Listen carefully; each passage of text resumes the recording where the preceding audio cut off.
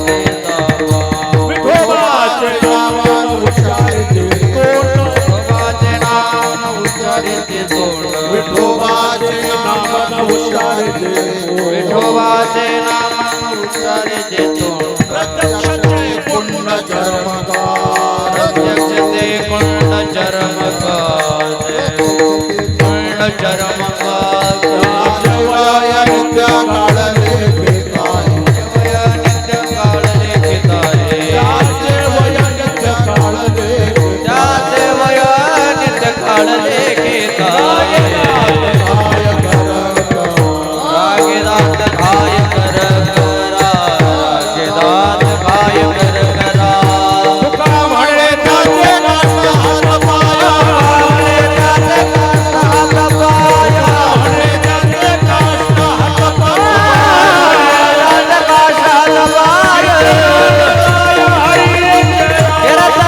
रागेदात काय कर करा तुका म्हणे त्याचे काष्ट हात पाय म्हणे त्याचे काष्ट हात पाय म्हणे त्याचे काष्ट हात पाय त्याचे काष्ट हात पाय कीर्तन नामदाय हरीचिया कीर्तन नामदाय हरीचिया त्याचे वय काळ लेखित त्याचे वय नित्य लेखित आहे त्याचे वय नित्य काळ लेखित त्याचे वय नित्य काळ लेखित आहे रागनाथ काय करत रागनाथ काय कर करा रागनाथ काय कर करा हरी विठोबा रघुमाया हरी विठोबा रघुमाया हरी विठोबा रघुमाया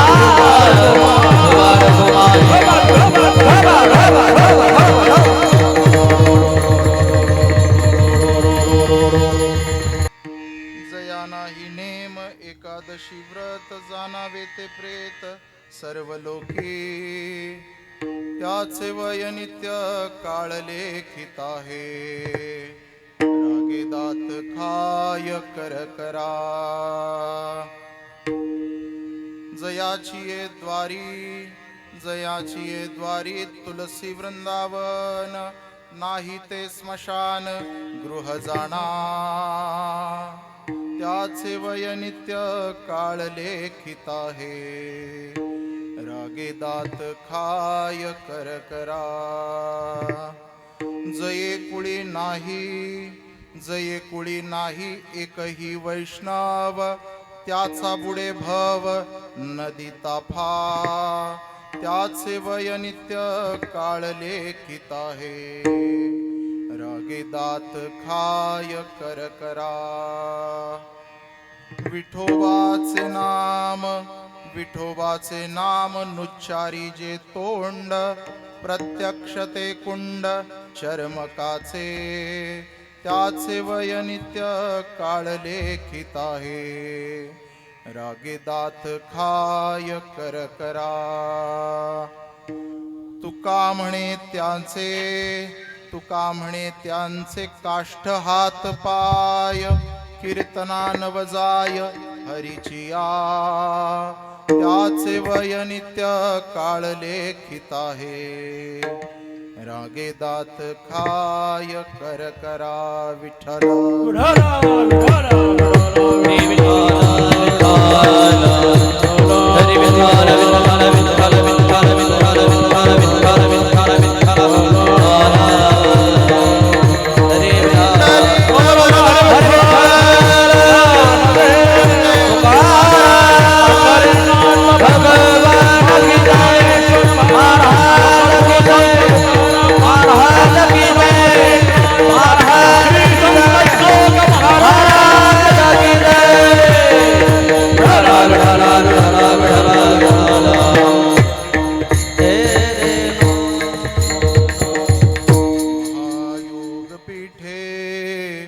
तटे भीमरथ्या थोडा द्या महायोग पीठे तटे भीमरथ्या वरम पुंडरीकाय दातुं मुनीन्द्रैः समागत्य तिष्ठतमानोदकन्दं परब्रह्मलिङ्गं भजे पा श्री पंढरीशा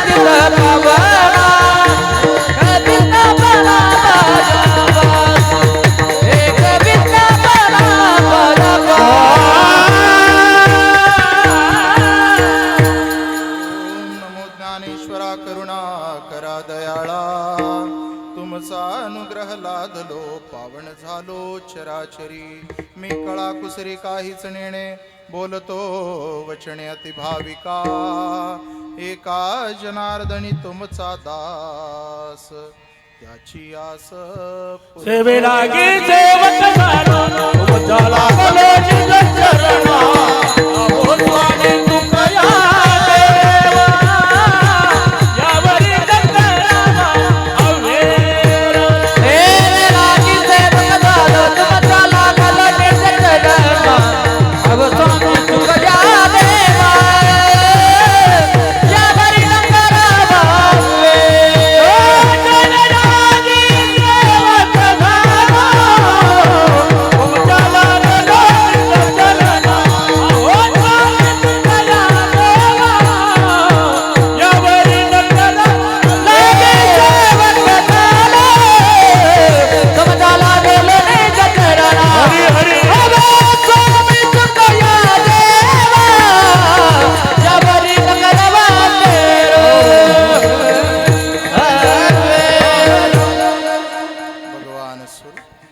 आपणा सर्व श्रोतृंद मायबापांच्या चरणारविंदी विनम्र भावाने प्रणाम करतो, दंडवत करतो. आपल्या अंतःकरण स्थित असणाऱ्या मर्यादा पुरुषोत्तम भगवान श्री रामचंद्रांच्या लीला विग्रहाला वंदन करून प्रणाम करून आपणा सर्वांच्या समोर सादर केलेला हा सुंदरसा अभंग देहूचे सुप्रसिद्ध साधू वैराग्य रागरसी वारकरी संप्रदायाच्या इमारतीच्या कलशस्थानी ज्यांचं मानपत्र झालं, संत बहिणाबाईंनी ज्यांना तो मान दिला, असे देहूचे सुप्रसिद्ध साधू जगद्गुरु या उपाधीने युक्त असणारे श्रीमंत संत श्री संत तुकाराम महाराज यांचा बहुतेकांच्या पाठात नसलेला, बहुतेकांचा अपरिचित असलेला, परंतु जीवाचा देवाशी लवकरात लवकर संबंध जोडला जावा याच्यासाठी काही जी साधनं वैष्णवांनी पाळायची त्यांची कठोरपणाने केलेली मांडणी म्हणजे अभंग विठ्ठल.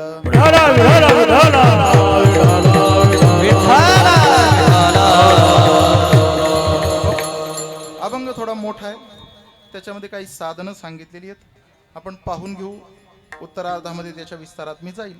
सुरुवातीला त्याचा सुरुवातीचा एक साधा समजेल अशा प्रकारचा अर्थ आपण पाहून घेऊया. अभंगामध्ये सुरुवातीलाच तुकोबरायांची भूमिका आहे. ज्याला एकादशी नावाच्या व्रताचा नियम नाही तो प्रेतवत अवस्थेला आहे असं समजून घ्या. जया नाही नेम एकादशी व्रत. मी हा अभंग याच्यासाठीच निवडलाय. आज कोणती तिथी आहे आणि उद्या, मग आज जर का ऐकलं आणि उद्या जर का केलं म्हणजे सगळ्यांचा कुलूपबंद कार्यक्रम मी आज लावलेला आहे थोडक्यात.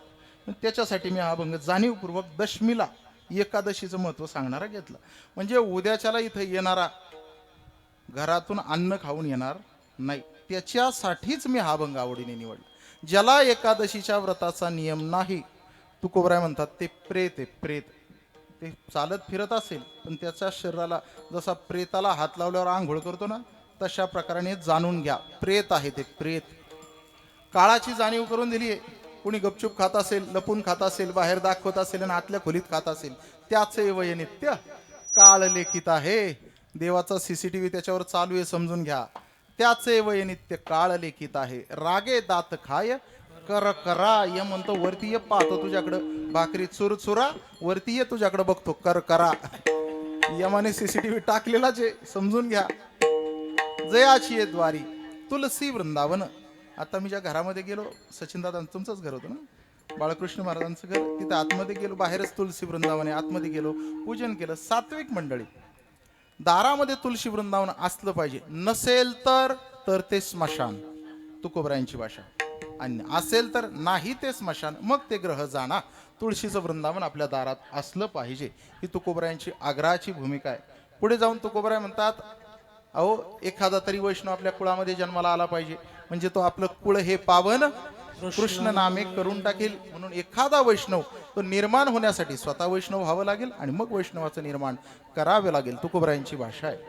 विठोबाचं नाम जो घेत नाही, ज्याचं तोंड ते तोंड प्रत्यक्ष ते कुंड चर्मकाचे, सांभाराच्या कुंडामध्ये जशा चपला बुडवल्या जातात, ते जितकं अपवित्र तितकं अपवित्र हे तोंड. कोणतं तोंड? जे विठ्ठल विठ्ठल म्हणत नाही ते तोंड. कोणतं तोंड? जे विठ्ठल विठ्ठल म्हणत नाही ते तोंड. कोणतं तोंड? विठ्ठल. विठाला विठाला विठाला विठाला आला विठ्ठल म्हणजे आता एक कीर्तन होईपर्यंत टिकून राहील, जरा टिकून राहील बरं का. तर का ते पण म्हणतंय, ते पण म्हणतंय, हे म्हटलं पाहिजे. त्याची भाषा तुम्हाला मला कळणार नाही, पण म्हणतंय ते पण. विठोबाचे नाम अनुच्चारी जे तोंड, प्रत्यक्ष ते कुंड शर्मकाचे. अहो अहो, हे सगळं जिथं कळतं ना, जी कीर्तन परंपरा संतांनी जगाच्या कल्याणार्थ काढली, नामदेवरायांनी विना हाती घेतली. काही लोक म्हणतात ही नारदाची गादी आहे. म्हणतात का तुमच्याकडे असं की नारदाची गादी? नारदाची नाही बरं का. नारदाने जे कीर्तन केलं ना, ते नाम संकीर्तन. ते फिरता फिरता विना हाती घेऊन त्याने नाम संकीर्तन केलं. नारायण नारायण नाम घेत घेत ते कीर्तन केलं. ही गादी नामदेवरायांची. वारकरी कीर्तन परंपरा ही नामदेवरायांनी आपणाला दिली. ही नामदेवरायांची गादी. नारदाला शाप होता दक्ष प्रजापतीचा.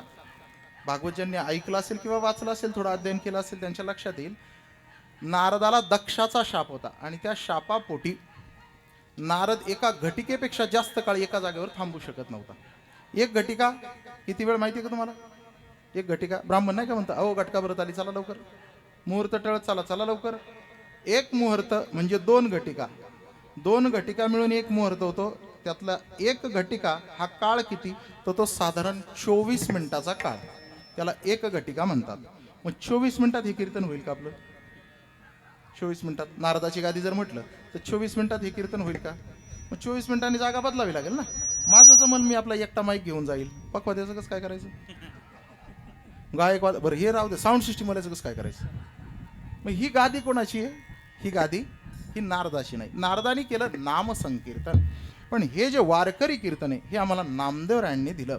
नामदेवरायांनी या वारकरी कीर्तनामध्ये नाम संकीर्तन त्याच्यातच येतं. याच्यामध्ये समाजाचं प्रबोधन त्याच्यातच येतं. याला भक्तिमार्ग दाखवण्याची भूमिका त्याच कीर्तनामध्ये येते. एवढी सुंदर ही कीर्तन परंपरा आहे. हे वरती जे सांगितलेल्या भूमिका आहेत, जी साधनं आहेत, जी जीवाने अट्टहासाने करावी, ही तुकोबरायांची कठोर भाषेतली जी मांडणी आहे, ही कुठे कळेल? हे कळण्यासाठी त्या कीर्तनाला आपणाला जावं लागेल. आणि जर का त्या कीर्तनाच्या दिशेने आपण जात नसेल तर तुकोबरायांची भाषा आहे, तुका म्हणे त्याचे काष्ट हातपाय. काष्ट हातपाय जळणाच्या कामाचे. लाकडं चुलीत जशी ढकलतो ना, हे हातपाय त्याचे फक्त जळणाच्या कामाचे. का? कीर्तना नवजाय हरीची. जर हरीच्या कीर्तनाला गेला नाही तर त्याचे हातपाय जळणाच्या कामाचे. अभंगाचा सरळ अर्थ विठ्ठल.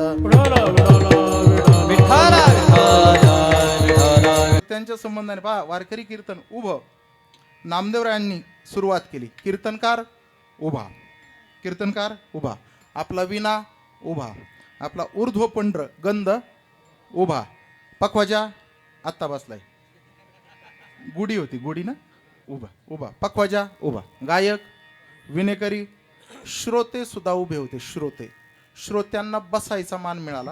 ती व्यवस्था लावून दिली ती शांतीब्रह्म श्री एकनाथ महाराजांनी मधल्या काळामध्ये. श्रोत्यांना मुभा दिली. बसा बरं, बसा तुम्ही, बसा आता. तर नाही तर ते कीर्तन पहिलं वाळवंटातलं उभंच. नाचायला परवानगी होती ना कीर्तनामध्ये. देवच नाचत होता तर श्रोत्यांचं काय?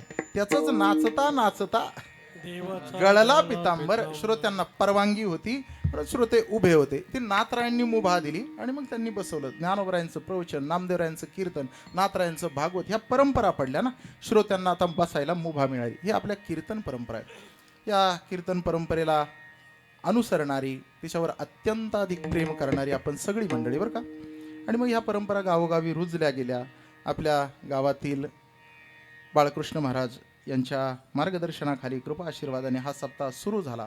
साधारण 38 वर्ष या सप्ताहाला झाली. बरं आहे, माझ्यासोबत सप्ताह वाढतोय म्हणजे माझं सांगायची गरज नाही. मी मग अशी त्यांना म्हणले 89 का? हा हा, जवळपास. पण माझं तेच आहे, म्हणजे माझ्यासोबत सप्ताह वाढतोय. 38 वर्ष सप्ताहाला झाली आणि अव्याहतपणे हे सुंदर नियोजन. पूर्वीचा काळ आहे, जुना काळ आहे, 89चा काळ म्हणजे मागच्या शतकातला काळ आहे. गैरव्यवस्था असेल, त्या मंडळींनी जाणीवपूर्वक काही घरातल्या सुखांचा त्याग करून सप्ताहाची सुरुवात केली असेल. जी त्यांच्यासोबत काही मंडळी असतील, सुरुवातीला रिस्पॉन्स नसेल, काही लोक एकत्रित नसतील आली, आग्रहाने अट्टहासाने बोलवावी लागली असेल. आणि आता हे जे भौतिकता आपणाला दिसते, अगदी फॅनपासून ते फॅनपर्यंत कीर्तनकार वाचून येणार आहेत ना काही लोक, कोणत्या कीर्तनकाराचा कोणता फॅन आहे.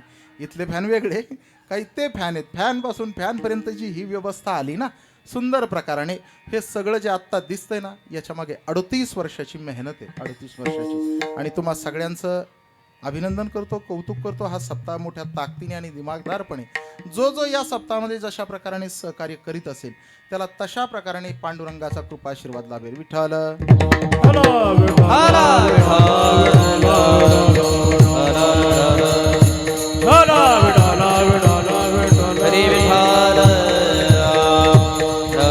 हो.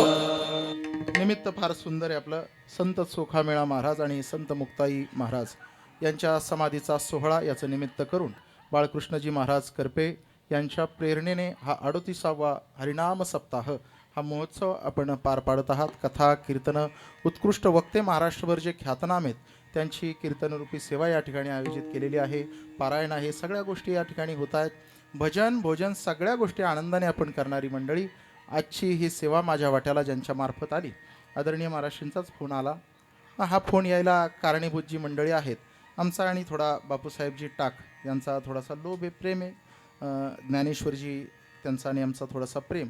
एका कार्यक्रमामध्ये त्यांच्या आमची ओळख झाली. त्यांना काही थोडेसे 4-2 शब्द जे ज्ञानोबा तुकोबाचा संदेश असेल तो त्यांना आवडला आणि आमच्या गावी सेवा कराल का म्हणून महाराजांना फोन लावून दिला. माझी आत्तापर्यंतची सगळ्यात दूरची तारीख बुक झालेली हीच तारीख. जवळ वर्ष 6 वर्ष झाली ही तारीख मला वाटतं बुक झाली. आणि महाराजांनी मग फोनवर संपर्क केला. त्यांचे चिरंजीव त्यांचा संपर्क नंतर झाला सचिनदादांचा आणि इथपर्यंत येण्याचा योग मला या ठिकाणी जुळला. आणि खऱ्या अर्थाने जर सांगायचंच ना तर कारणीभूत काय ठरलं तर तुकोबरायांच्या गाथेने मला इथपर्यंत आणलंय. कसं बरं का सांगून देतो तुम्हाला. बाळकृष्ण महाराज करपे 4 महिने गाथा लिहित होते. 4 महिने. आम्ही उपक्रमी मंडळी, सुरुवातीला सांगून देतो नंतर विसरून जाईल. आम्ही उपक्रमी मंडळी, वारकरी प्रस्थानत्रयी सेवा समिती पुणे ही इतर लोकांकडून, साधकांकडून, वारकरी असोत किंवा अवारकरी असो, विद्यार्थी दशेत असो किंवा वृद्धावस्थेत असो, कोणीही असो, कोणत्याही जाती धर्माचा कोणी, त्याला फक्त लिहिता आलं पाहिजे अशा व्यक्तीकडून तुकोबऱ्यांचा गाथा लिखाण करून घेते. यापूर्वी 30,000 लोकांनी ज्ञानेश्वरी लिहिली, 3,000 लोकांनी भागवत लिहिलंय आणि गाथेचा उपक्रम आम्हाला शिगेला न्यायचा. 1,00,000 लोकांकडून गाथेचं हस्तलिखाण करून घ्यायचं. महाराष्ट्रभर महाराज 10,000 लोक आत्ता लिहित आहेत. 5,000 वयांचा पुढचा लॉट येतोय आणि तो अधिक मासामध्ये आम्ही बाहेर काढणार आहोत. 15,000 लोक आमच्याकडे 30,000च्या वर नोंदी आहेत. आत्ता 1,00,000पर्यंत पोचायचे. आमचं म्हणणं काय स्पष्ट आहे का, या वहीचे पैसे आम्ही कोणाकडून घेतले नाही आणि घेणार नाही. आम्हाला एका वहीचे पैसे अजिबात नको आहे. कोणाला जर दान करायची इच्छा असेल तो 50 वह्या 75 वह्या कोणाच्या निमित्ताने देऊ शकतो. तुमची इच्छा नाही झाली देऊ नका. आमचं म्हणणं काय नीट आहे का, घराघरात तुकोबरायांचं वाङ्मय पोचावं, संतांचं वाङ्मय पोचावं. 4,092 अभंग आहेत. आज घरात गेलो आनंदाने पहिला त्यांच्या मुलीने, नातवांनी, ज्या मंडळींनी हातात गाथा दिला.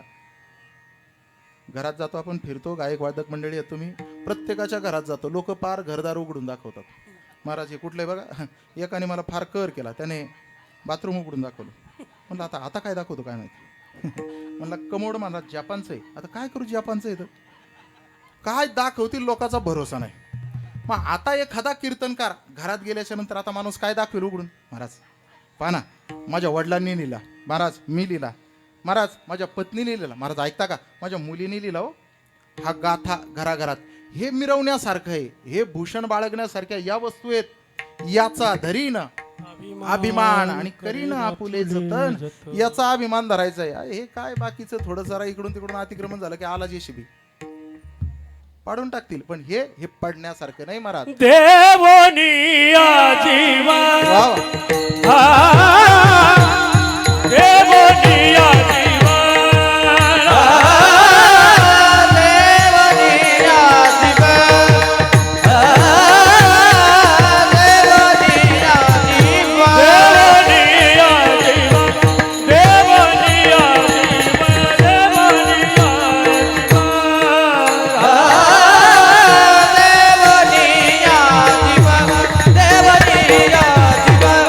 देवनिया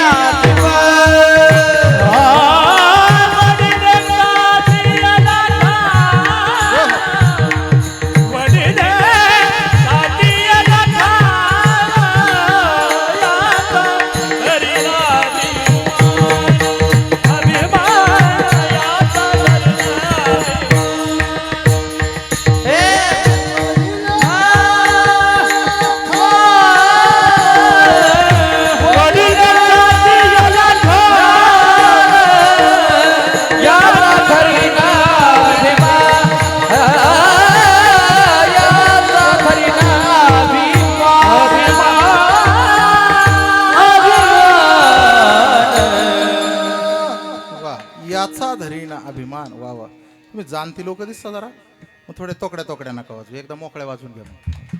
हां, तोकड्या. विठ्ठल विठ्ठल येईल तिथं टाळी वाजवा आणि मुखाने म्हणा. मुखाने टाळी वाजवा, तोंडाने टाळी वाजवा आणि हाताने नाम घ्या. जमेल ना? हां, मग तेवढं करा, ज्याला जसं जमेल तसं करा. याचा अभिमान धरण्यासारखी गोष्ट आहे. ही प्रवृत्ती त्यांना का सुचली असेल बरं? विचार करा. संत जगनाडे महाराज जे तुकोबरायांचे लेखक होते, ज्यांनी तुकोबरायांचे गाथेचे अभंग लिहून काढले, त्यांच्या दिंडीत चालतात. मग मी ज्या दिंडीत चालतो, ज्यांनी तुकोबरायांची सेवा केली, त्यांनाही कधीतरी वाटलं असेल ना, तुकोबरायांचे अभंग आपणही लिहावेत. हे लेखी पारायणे, वाचिक पारायण करता करता काही अभंग सुटून जातात.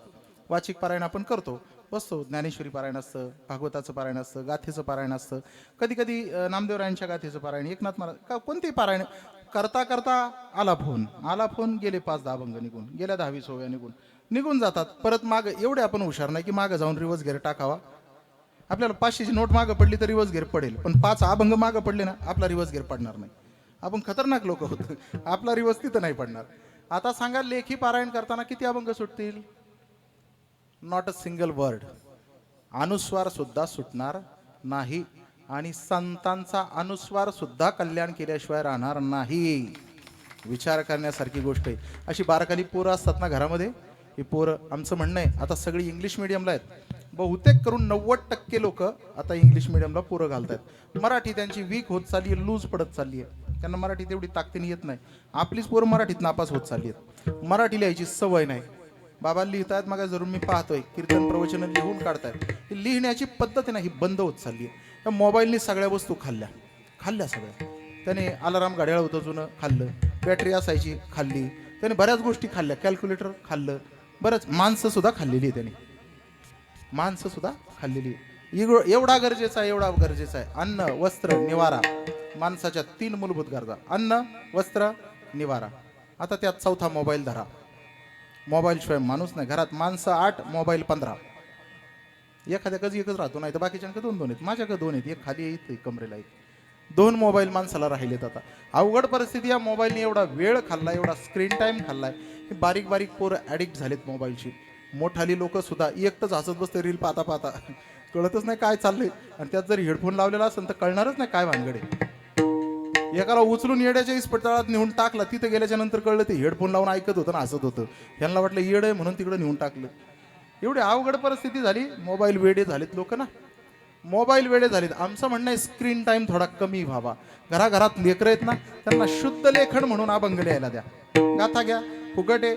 शुद्ध लेखन म्हणून अभंग लिहायला द्या. त्यांनी एकच अभंग रोज लिहू द्या.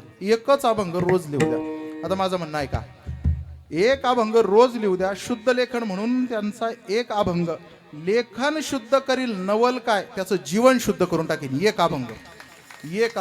अहो, ज्ञानोबरायांची एक ओवी सांगावं लागलं नामदेवरायांना, 5 तरी ओव्या अनुभवा. हा, किती ओव्या अनुभवा? एकच. अहो वास, एखादी ओवी सुद्धा जीवनाचं कल्याण करेल. तुकोबरायांच्या गाथेतला एखादा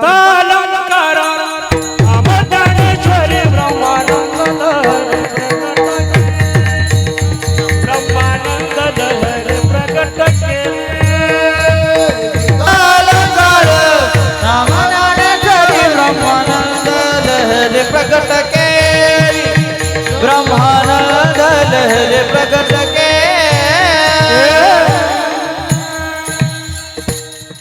ते आपल्यासाठीच ना, आनंदासाठीच केलेली ना. एखादी ओवी कल्याण करून जाईल महाराज. एखादी ओवी, एखादा, आम्ही कीर्तनकार लोक एखादा अभंग घेतो, काढतो, त्याच्यावर 4-10 कीर्तनं करतो, त्याला वाचतो, त्याला सर्वांगाने पाहतो, थोडा जाणत्यांकडे बसतो, त्याचं चिंतन घेतो, मग समाजामध्ये मांडण्याचा प्रयत्न करतो. एखादा अभंग, त्याचा अभ्यास आम्ही करतो 10 तास, तेव्हा मांडतो 1 तास. आता कीर्तन करायला कुठे 2 तास मिळतात? 1 तास. 1 तास मांडतो आम्ही. पण तो आम्ही पाठ केलाय. तुम्हाला जर पटकन विचारलं ना, रात्रीचा अभंग कोणता आहे सांगा बरं. हां, एक म्हणलं गात्यातला होता. गात्यातलाच घेतात, गात्यातलाच चालू आहे. अजून तरी काही नाही पद्धत आली मात्यातला घ्यायची, गात्यातलाच घेतात. नाही लक्षात राहत ना. मग जर आम्ही अभ्यास करून तो सांगतोय एक अभंग, तो जर का दुसऱ्या दिवशी लक्षात राहत नाही. तुकोबरायचे 4092 अभंग आहेत गाथेमध्ये. ते लिहिता लिहिता तुमचं एखाद्या अभंगावर प्रेम बसलं, जाऊ द्या मुर्द्या, एखादा अभंग दूर करा, तुमचं एखाद्या चरणावर प्रेम बसलं आणि एकच चरण तुमच्या अंतकरणात रुतलं, कल्याण झालं. तुका म्हणे ज्यावे सत्कीर्तीने बरवे. झालं ना काम. एकच अभंग. एखाद्याला काही गोष्ट शक्य होत नाही, असाध्य ते साध्य करिता सायास कारण अभ्यास तुका म्हणे प्रयत्नवादाकडे लागेल ना तो. एखादं प्रमाण लागतं महाराज. आणि उपदेश बोध हा फार मोठा नसतो. आजार पूर्ण शरीराला असला एवढीशी गोळी असते साबुदाणा एवढी, तेवढी गोळी आजार बरा करते ना. तसा आपला भवसागराचा जर का हा भवरोगाचा आजार असेल ना तर त्याला एखादं प्रमाण का होईना संतांचं ते बरं करून टाकेल. म्हणून आमचा उपक्रम हा आहे, अभंग लिहा, गाथा लिहा. तुम्हाला वह्या लागत असेल महाराजांशी संपर्क करा. बापूसाहेब इथं बसलेत, त्यांची पत्नी लिहितीये, पद्माताई ना, पत्नी लिहिते त्यांची, त्या सुद्धा लिहित आहेत. बापूसाहेब बरोबर ना, नाव विसरायला नको माझ्याकडून. हां, त्याच लिहित आहेत. त्यांच्या भावाचा फोन आला ना, आता हल्ली भावाचे फोन आले की ते विचारतात कधी येऊ, काय येऊ, सया कुठे, किती आहे, किती देणार, किती घेणार. जर भावाचा फोन आला ना ते विचारतात तुझे अभंग किती झाले. फोन बदलले ना महाराज, विचार बदललाय, प्रश्न बदलले, चर्चा बदलल्यात. आणि हेच घडणं संतांना अपेक्षित आहे ना. म्हणून तर या उपक्रमांचा जन्म होतो. तुम्हाला जर का गाथा हव्या असतील तर तुम्ही संपर्क करा. एकच अट आहे आमची फक्त, त्याचा नोंदणीचा एक फॉर्म आहे, तो पण ऑनलाईन आहे, gathalikhn.org. गाथा लिखाण असं सलग जर का इंग्लिशमध्ये सर्च केलं गुगलला तर वरती अर्ज येतो, तो भरायचा. त्यात फक्त नाव, नंबर आणि पत्ता एवढंच आहे, वेगळं काही नाही. ओके केलं, खाली ग्रुपला जॉईन होता. ग्रुपला जॉईन झाला, आमच्यापर्यंत तुमचा मेसेज येऊन जातो. तुम्हाला वह्या कुठे मिळतील, कसे मिळतील, ग्रुपवर मेसेज येऊन जातात. पुण्याला एखादी चक्कर झाली, आमच्या महाराज आमच्या गावामध्ये संगमनेरमध्ये जनतानगरमध्ये आमच्याकडं एक 50 लोक लिहायला तयार झाली. 50 लोकांची नंबर द्या, 50 वह्या घेऊन या. कदाचित आत्ता जर का तुम्ही संकल्प केला, पुढच्या सप्ताहामध्ये इथं पुढच्या वेळेस दिंडी काढताना तुमची अशी गाथा लिखाण करणारे 50-100 लोक आणि तो गाथा डोक्यावर असेल, कशी कल्पना असेल विचार करा. मी तर याच्या पुढची कल्पना देतो, म्हणजे टाळ्या आता अजून बाहेर पडतील. नीट ऐका. 1,00,000 लोक आपल्या हाताने गाथा लिहून, 1,00,000 लोक आपल्या हाताने गाथा तुकोबरायांचा लिहून तो आपल्या डोक्यावर ग्रंथ घेऊन भंडारा डोंगराचं तुकोबरायांचं मंदिराचं काम पूर्णत्वाला जात आहे. तिथं सोन्याचा कळस बसणार आहे. त्या कळसाच्या दिवशी, कळस ज्या दिवशी बसणार आहे त्या दिवशी भंडारा डोंगराच्या पायथ्यापासून ते भंडारा डोंगराच्या मंदिराच्या तुकोबरायांच्या मंदिराच्या कळसापर्यंत 1,00,000 लोक संपूर्ण घाटाने उभे असतील. आणि त्या भगव्या आकाराचा, भगव्या रंगाचा तो ग्रंथ पाहून तुकोबराईवरून तुका आकाशा एवढा वरून पाहत असतील. काय सोहळा असेल याचा विचार करा. आणि त्याच्यात जर का तुम्ही नसाल तर मग आपल्यासारखे दरिद्री आपणच. तुम्हाला वाटत असेल ना ऐसा सांडूनी सोहळा कामी पडेल निराळा, जर का तुम्हाला असं वाटत असेल तर या उपक्रमात सहभागी व्हा. एक अभंग ऐकून विसरून जातो महाराज, पण एखादा अभंग तुमच्या जीवनाला लागावा ही आमची अंतरीची तळमळे. त्या भूमिकेतून आम्ही काम करतो. विठ्ठल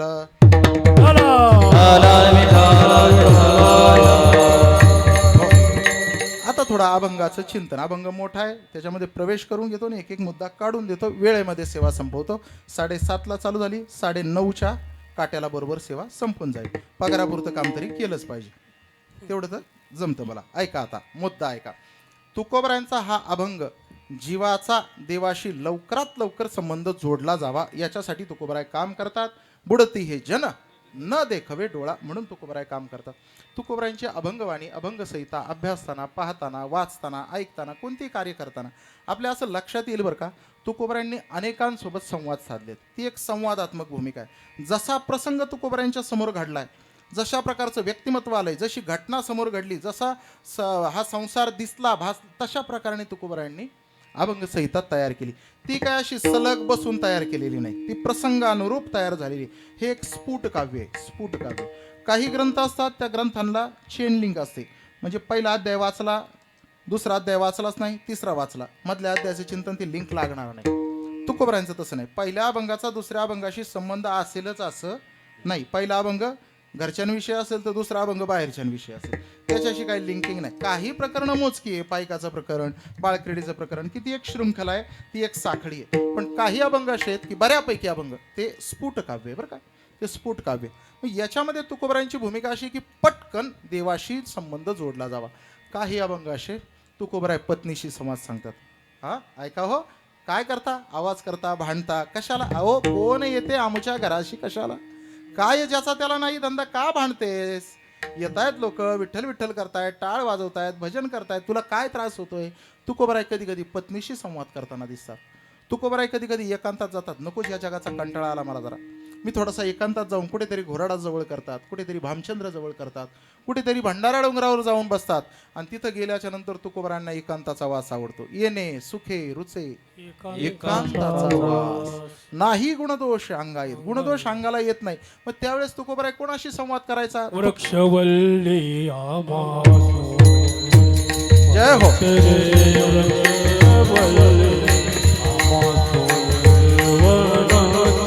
वृक्षवल्ली आमासोय देवनचरे वृक्षवल्ली आमासोय देवनचरे सुस्वरे आगीते पक्षे सुस्वरे आलवे वृक्षवल्ली आमासोय देवनचरे वृक्षवल्ली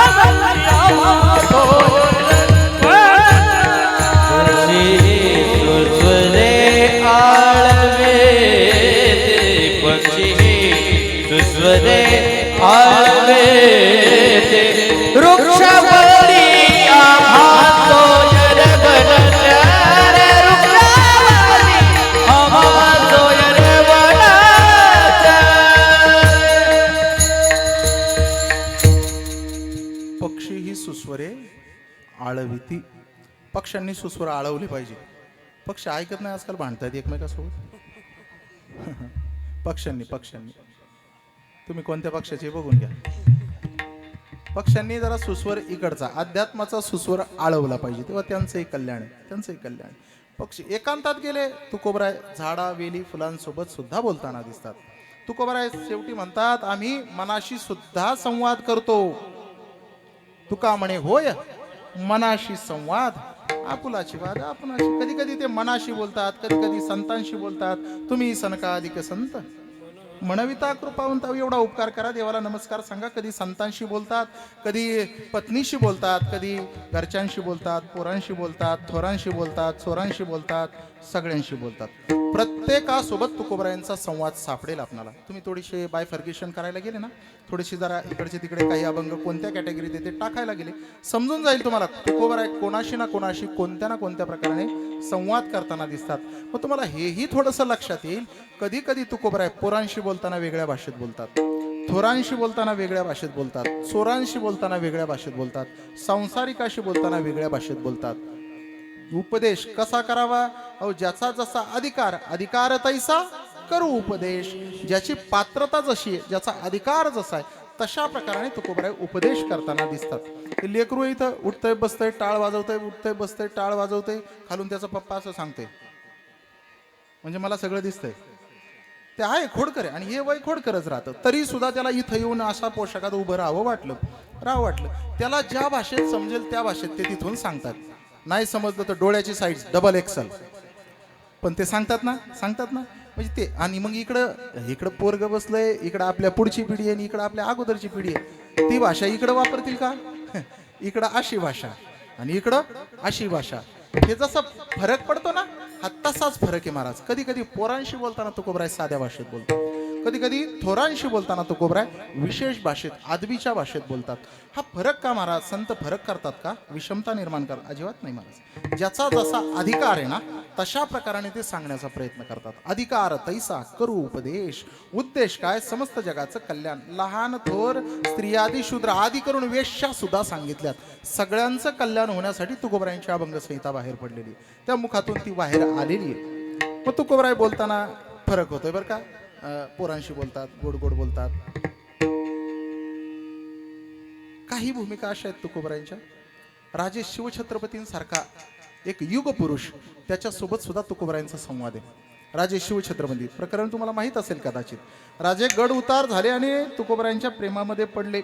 तुकोबरायांसारखा महात्मा माझ्या परगण्यामध्ये राहतोय आणि इथे राहत असताना त्याची भौतिक परिस्थिती ही काही हालाखीची आहे. सगळं लुटवलंय तुकोबरायांनी. घरी खायला अन्नान्न दशा आहे. एक स्त्री अन्नान्न करून मेली. मुलगा गेला, भाऊ गेला, आई गेली, वडील गेली, भाऊ गेले. बरेच प्रकरण झाले. तुकोबरायांना नियतीचे असे तडाखे बसलेत आणि दुर्गादेवी नावाचा दुष्काळ आला आणि त्या दुष्काळामध्ये तुकोबरायांनी सगळं लुटवलं. आणि सगळं लुटवून सुद्धा हा महात्मा चेहऱ्यावर आनंद घेऊन विठ्ठलाचं नामस्मरण घेत घेत जगामध्ये वावरतोय, विचरण करतोय. मग माझ्या परगण्यात राहतात ना, तर तो माझा अपमान मी जर राजा म्हणून घेण्यासाठी तयार होत असेल, मी स्वराज्याची निर्मिती करत असेल, तर एखादा थोर महात्मा जो जगाच्या कल्याणासाठी काम करतोय, तर त्याच्या परिवाराचं रक्षण करणं ही जबाबदारी माझी आहे. या भूमिकेतून छत्रपती पुढे आले. मला वाटतं प्रत्येक राजकारणी पुरुषाने हा विचार ठेवायला काही हरकत नाही. माझ्या परिसरामध्ये, माझ्या वॉर्डामध्ये कोण गायक आहे, कोण वादक आहे, कोण काय करतं, त्याची घरची भौतिकता कशी आहे, तो समाजामध्ये जर का वेळ देतोय, समाजाच्या जडणघडणीला जर का तो आपलं आयुष्य वेचतोय ना, तर त्याचा उर्वरित परिवार सांभाळण्यासाठी हातभार लावण्याची जबाबदारी कोणाची आहे? तर त्या राजकीय पुरुषाची आहे. हा विचार महाराज आपल्या छत्रपतींनी दिलेला आहे. आणि जर कोणी राजकारणी म्हणून घेत असेल ना, तर त्यांनी राजांचा आदर्श मानायला काही हरकत नाही. हा विचार केला पाहिजे. छत्रपतींनी वरून नजराणे पाठवलं सोनं माणिक मोती सगळं भरून ते पालखी घोडे ते छत्र चामर वगैरे सगळं पाठवलं महाराज. आणि सगळं पाठवलं आणि तुकोबऱ्यांनी, तुम्हाला सगळ्यांना ज्ञात आहे, तुकोबऱ्यांनी ते घेतलं का? नाही घेतलं ना. काय केलं? त्याचा अस्वीकार केला आणि माघारी, हे हाती घोडे पालखी याच्यामध्ये आपल्याला नाही बसायचं, याच्या बऱ्यात तो न पडे, आम्हाला हे नकोय बाबा, हे नकोय. हे सोने माणिक मोती, अरे हे मृत्तिके समान आहे, मृत्तिके समान. माणिक पाषाण खडे जैसे, जसा खाली पडलेला खडा आणि तो माणिक पाषाण, तो एक सारख्या तुलनेत आम्हाला हे नकोय. तुकोबऱ्यांनी ते नाकारलं. राजे म्हणतात हा एक काल्पनिक संवाद आपल्या समोर घडतोय, अशी एक भूमिका ठेवा बरं. हा संवाद घडतोय. राजे म्हणाले असतील, तुकोबरा ऐकावं, तुम्हाला नाही गरज, तुमच्या परिवाराला त्याची गरज आहे, हे ठेवा, हे सांभाळा, तुम्ही थोडे प्रसन्न व्हावे, तुम्ही आनंदी व्हावं, तुम्ही सुखी व्हावं, तुमचा परिवार सुखी व्हावा, म्हणून मी ही योजना केली होती, हे पाठवलं होतं. तुकोबरा म्हणतात, राजे याने आम्ही सुखी होणार. आम्ही तेने सुखी, आम्ही तेने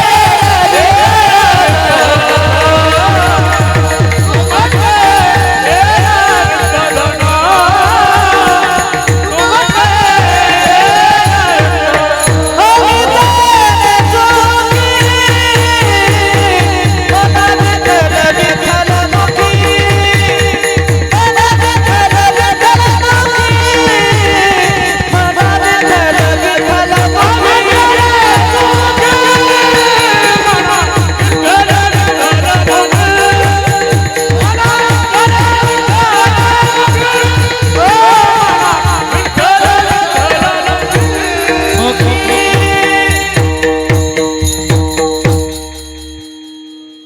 वा वा म्हणायला लागलं. सुखी व्हा थोडेशी तरी.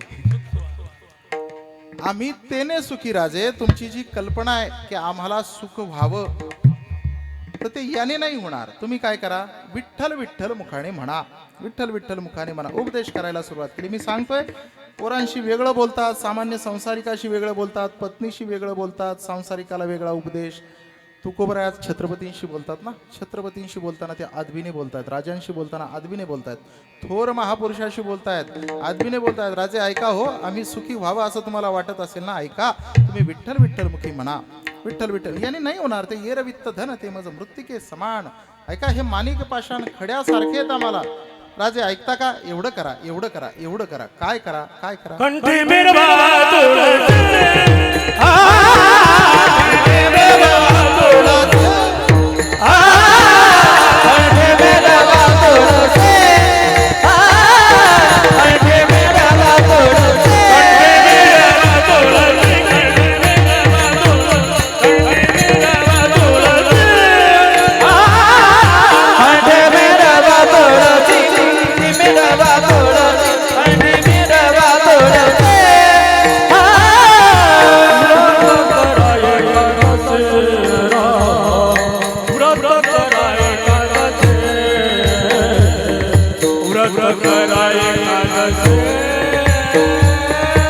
तुमचे रंग दादा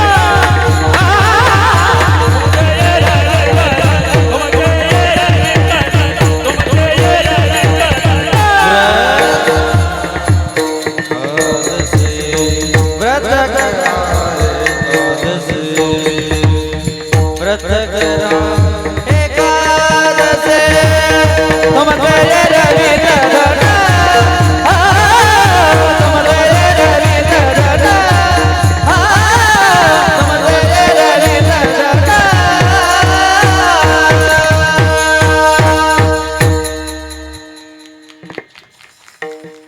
कंठी मिरवा तुळसी आणि व्रत करा एकादशी. मला सांगायची भूमिका ही आहे. हे एवढं लांबवलं ना मी, हे कशासाठी हे समजून घ्या.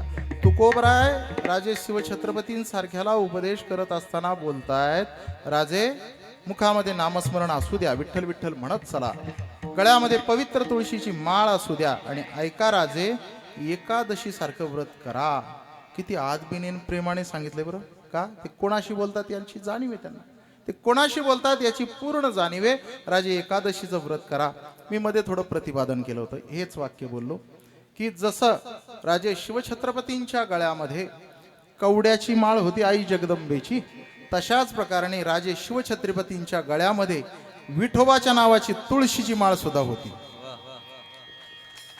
आजकाल जे शिवजयंती साजरे करणारे युवक आहेत ना, तर त्यांनी हा जरी आदर्श घेतला, छत्रपतींसारखी दाढी वाढवा की नाही म्हणतं कोण, त्यांच्यासारखा कपाळाला शिवगंध असू द्या की नाही म्हणतं कोण, त्यांची मिरवणूक काढा की नाही म्हणतं कोण, पण एखादा गुण त्यांचा याच्यासारखा घ्या की छत्रपतींच्या गळ्यात पवित्र तुळशीची माळ होती. एवढा जरी घेतला तरी आपला महाराष्ट्र सुज्ञ झाला समजून घ्या. वेगळं सांगायची गरजच नाही वेगळं सांगायची. छत्रपतींचा एखादा गुण राजांना तुकोबरायांसारखा महात्मा सांगतोय, त्यांनी ऐकलं नसेल काय. कुठेतरी रांझ्याच्या पाटलाने एखाद्या स्त्रीवर माता भगिनीवर अत्याचार करावा, राजांच्या कानी जावं, कोणीतरी एखाद्या म्हाताऱ्याने सांगावं राजे म्हणवताना असा असा अत्याचार होतो, राजाने त्याचा चौरंगा करावा, त्याचे हात पाय छेदावे, तुकडे करून टाकावे. ही राजांची भूमिका. परगण्यातला एखादा सामान्यातला सामान्य शेतकरी, सामान्य कुणबी, कोणत्या 18 पगड जातीतला एखादा मनुष्य जरी सामोरे आला तरी राजे त्याच्यासाठी न्यायनिवाडा करत होते, त्याच्याकडे विशेष लक्ष देत होते, त्याच्या म्हणण्याला किंमत देत होते. जगद्गुरु तुकोबराय होते, त्यांच्या म्हणण्याला किंमत दिली नसेल काय? मग आता हे टीव्ही मालिकावाल्यांनी सुद्धा लक्षात घ्यायला पाहिजे. जशी माळ ही दाखवतात ना, तशी माळ छत्रपतींच्या गळ्यात विठोबाच्या नावाची सुद्धा दाखवली पाहिजे.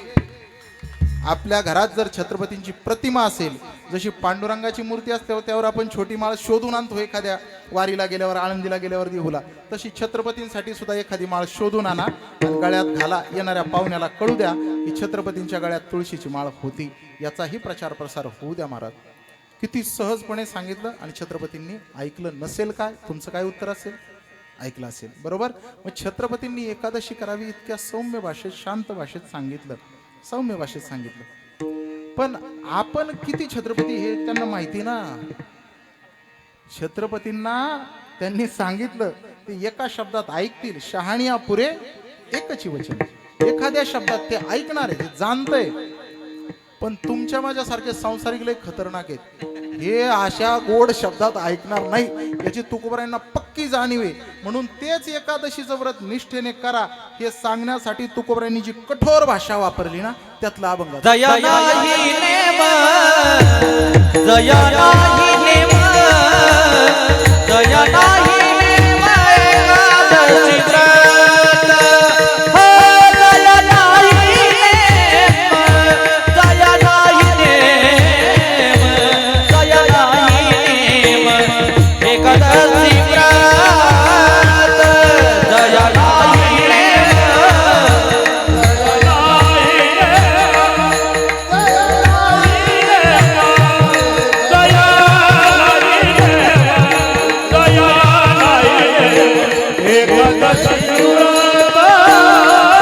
जया नाही नेम, जया नाही नेम, जया नाही नेम एकादशी व्रत. हो जया नाही नेम, जया नाही नेम, जया नाही नेम एकादशी व्रत. जया नाही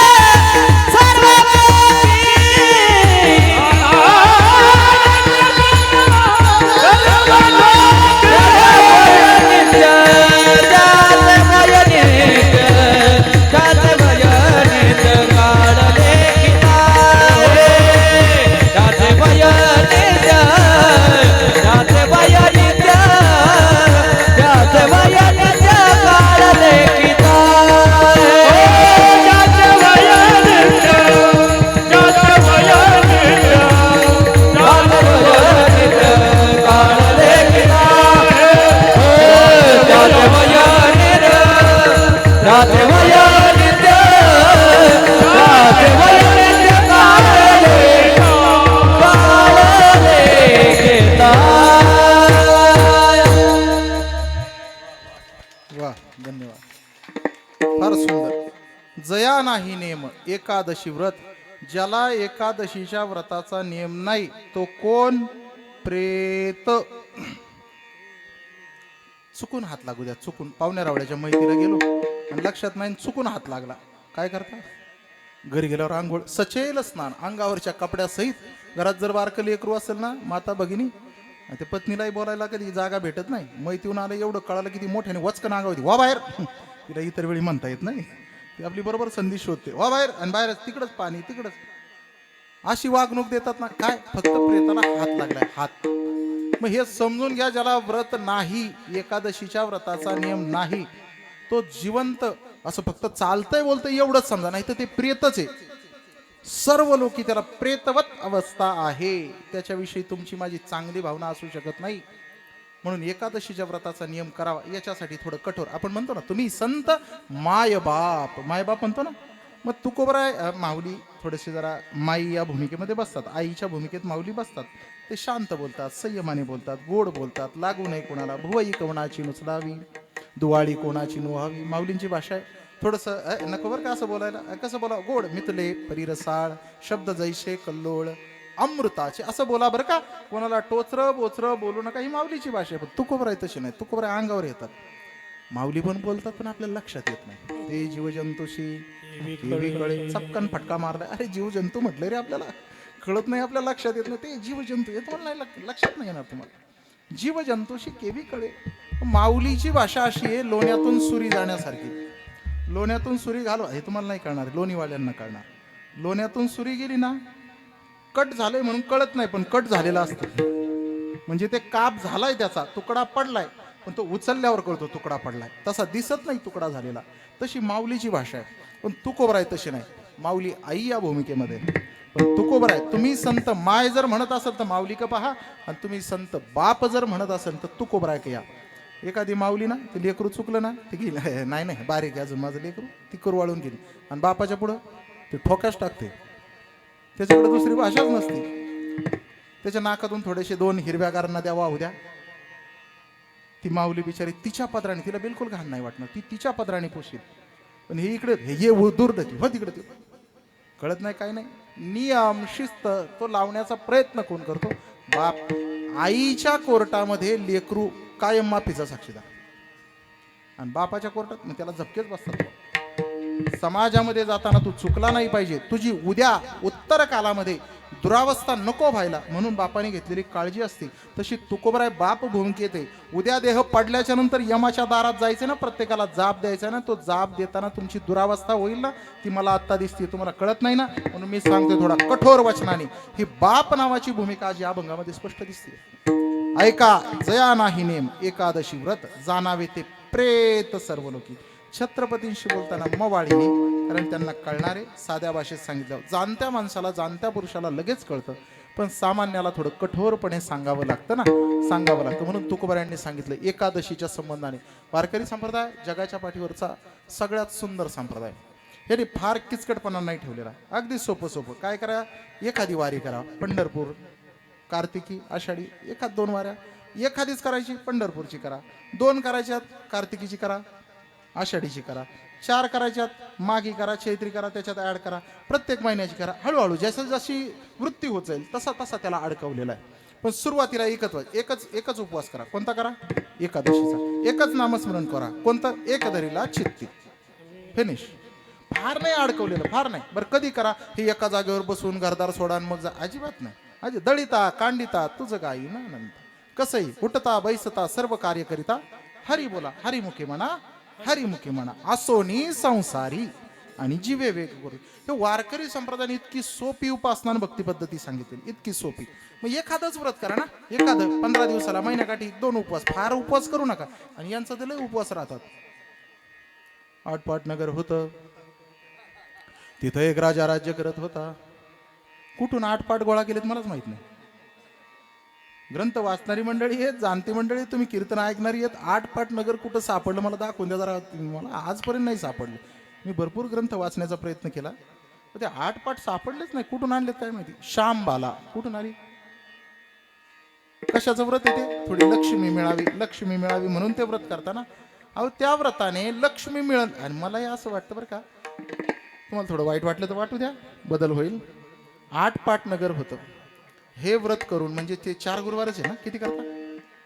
त्यातही 5वा गुरुवार आला आणि वाढला तर टेन्शन येते त्यांना. 5 गुरुवार पडली बाया, आता कसं काय करावं? मग करता कशाला? सचिन दादा यांची अशी भूमिका आहे. मी थोडा निरीक्षण करणारा माणूस आहे. असले खतरनाक लोक आहेत ही मागं बसलेली तुमच्या. पहिल्या गुरुवारी जर पेरू घेतला तर 5व्या गुरुवारपर्यंत पिकत नाही. असल्या कच्च्या पेरू तुम्हाला लक्ष्मी प्रसन्न होईल का? असले फक्त केळी बदलते. केळी त्यात उदबत्ती खोसतात ना, ती खराब होती म्हणून. नाही तर ती बाकीची 4 फळं आहेत का? 4 फळं एकाने तर डोकं लावलं, प्लास्टिकचीच 4. ती वेणी घालतात त्या नारळाला, ती वेणी आणि ही 4 फळं प्लास्टिक. फिनिश प्रकरण. डोक्याला ताणच नको घ्यायला. असल्या व्रताने 4 गुरुवार करून लक्ष्मी प्रसन्न होईल का तुम्हाला? बरं झाली ती लक्ष्मी 4 गुरुवारांनी प्रसन्न, ती टिकेल का? पहा 5व्या गुरुवारी जर नारायणाने सांगितलं चल लक्ष्मी आपल्याला लग्नाला जायचं, ती तुमच्या घरात थांबेल का? अहो व्रत असं करा, व्रत असं करा, व्रत असं करा. तुम्हाला लक्ष्मीच पाहिजे ना, लक्ष्मीच पाहिजे ना. ऐका, तुम्हाला जर लक्ष्मीच पाहिजे ना तर व्रत नारायणाच्या नावाने करा.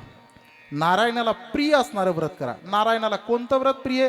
तर ते हे व्रत प्रिय, एकादशी नावाचं व्रत प्रिय नारायणाला. पत्रिका कोणाच्या नावाने येते तुमच्या घरात? पत्रिकाच येत नाहीत का? कोणाच्या नावाने येते? नारायणाच्या नावाने येते ना. नटायला 2.5 तास कोण घालवतं? लक्ष्मी. तिला विचारलं नवरी, आपण तर कधी बघितलीच नाही. नवरदेव ओळखीचाच नाही. नवरदेव पाहिला नाही, नवरी पाहिली नाही, 2.5 तास नटत होती. पत्रिका कोणाची आली? नारायण. नारायणाच्या मागे जाणार आहे ती. एक सामान्य स्त्री आपल्या पतीला नारायण मानते, देव मानते, त्याच्यासाठी जे आमंत्रण येते ती स्वतः स्वीकारते. मग नारायणाचं जर व्रत केलं, तुमच्या घरी जर नारायण आला तर लक्ष्मी कुठं जाईल? नारायणाच्या मागे येईल ना. म्हणून नारायणाला प्रिय असणारं व्रत कोणतं? तर एकादशी नावाचं व्रत आहे. विठ्ठल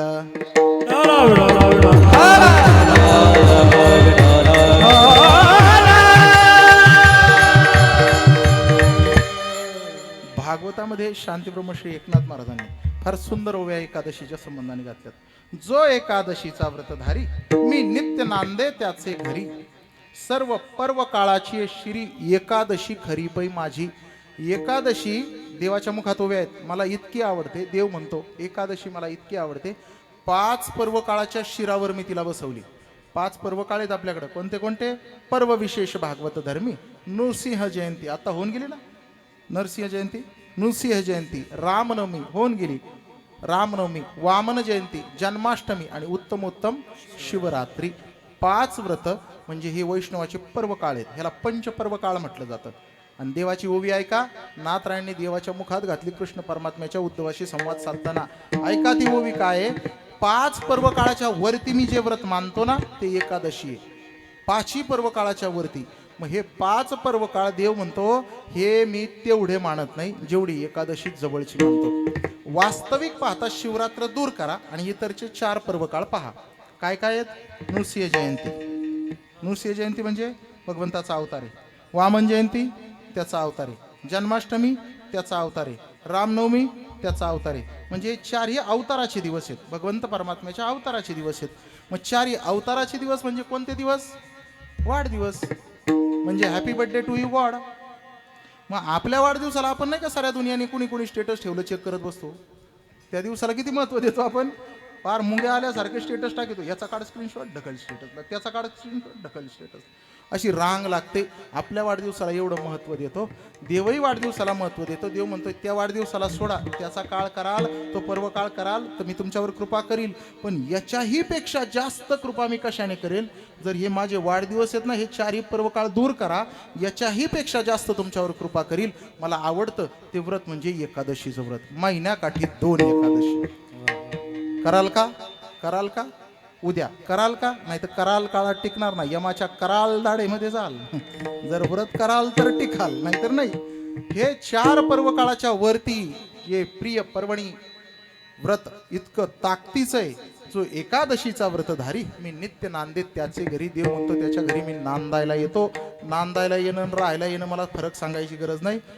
वडिलांच्या घरी राहायला जाता, सगळ्या सुखसुविधा, स्वातंत्र्य, आणि सासऱ्याच्या इकडं पतीच्या इकडं नांदायला येता.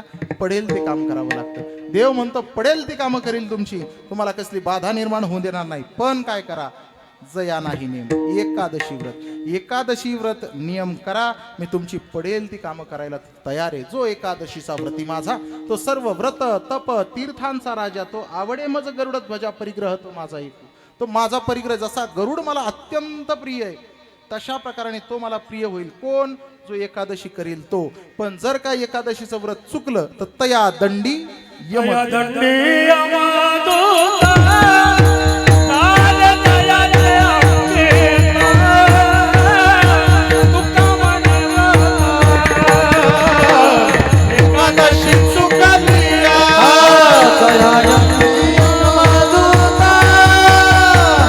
दयाचे अंकिता, तुका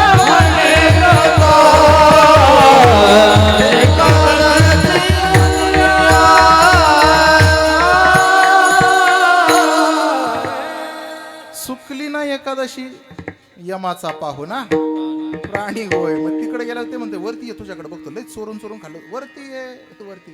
काय लोक म्हणतात आम्ही करतो ना आषाढी एकादशी, तेवढी केली म्हणजे मग सगळ्या घडतात. आपल्या बापाची पेंडे या पळवाटा आहेत, पळवाटा.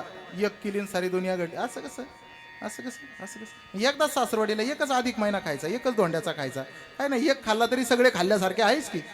नाही नाही, मग तवा तोळा पाहिजे. आला ना धोंडा,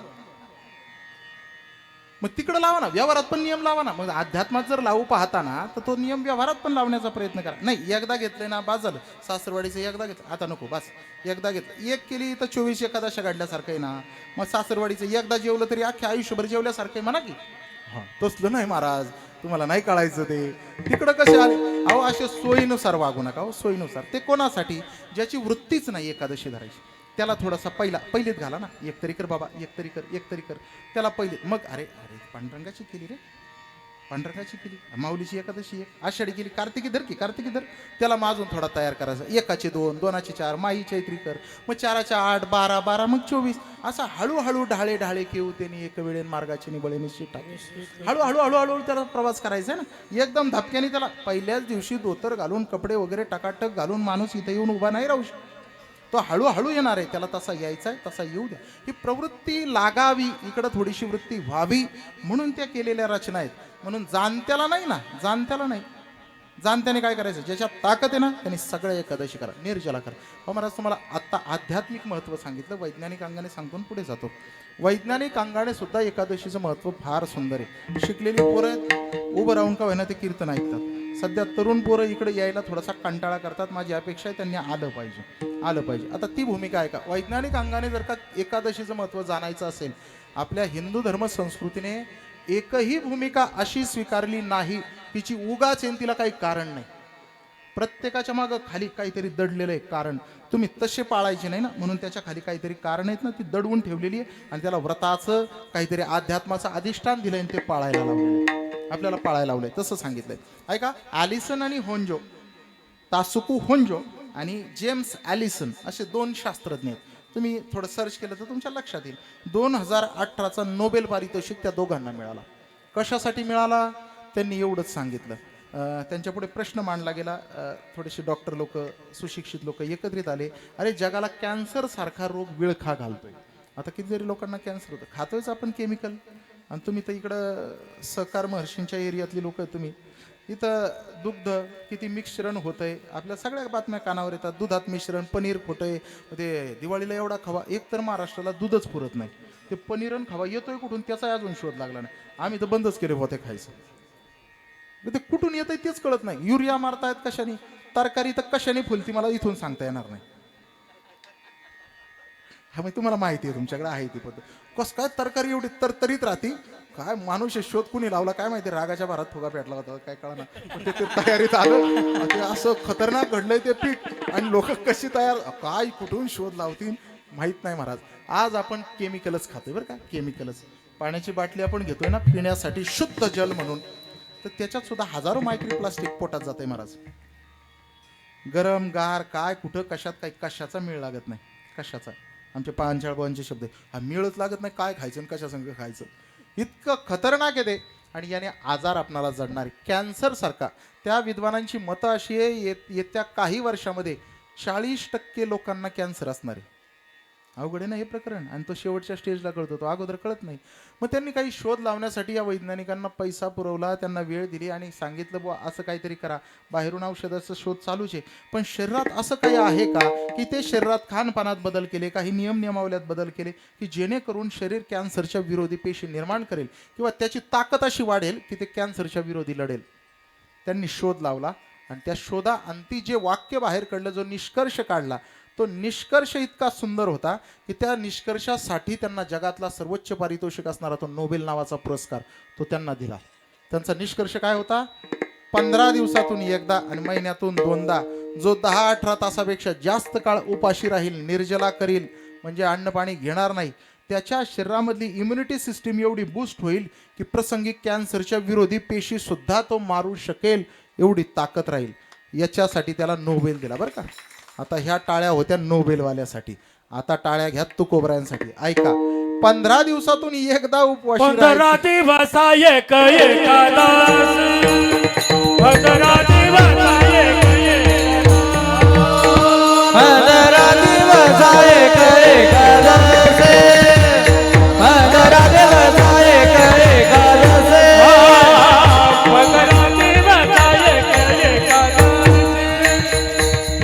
दिवस एक एकादश.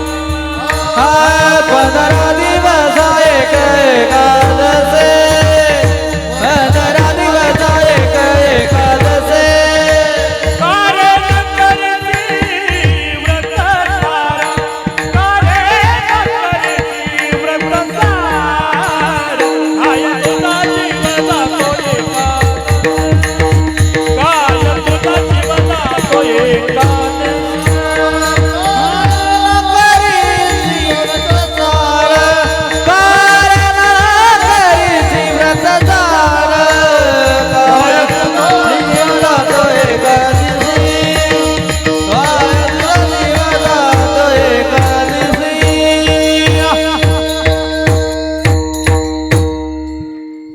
दिवसाला एक एकादशी करा. तुकोबरायांनी सांगितले, आपल्या परंपरेने सांगितलेत.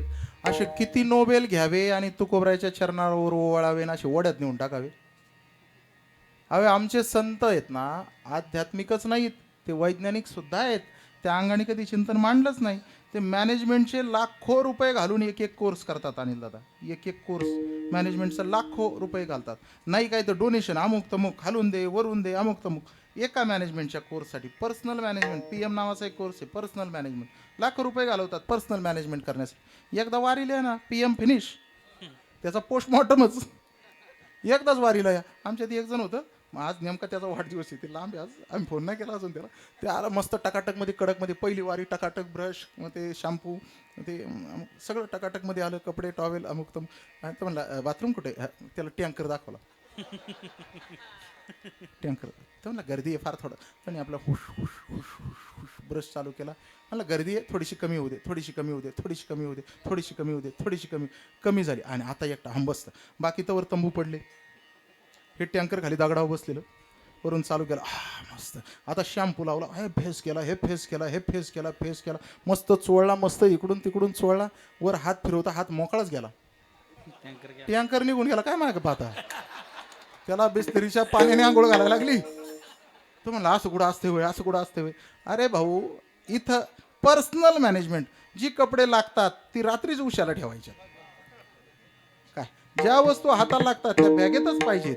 परत गाठ भेट आपली अजिबात होत नाही.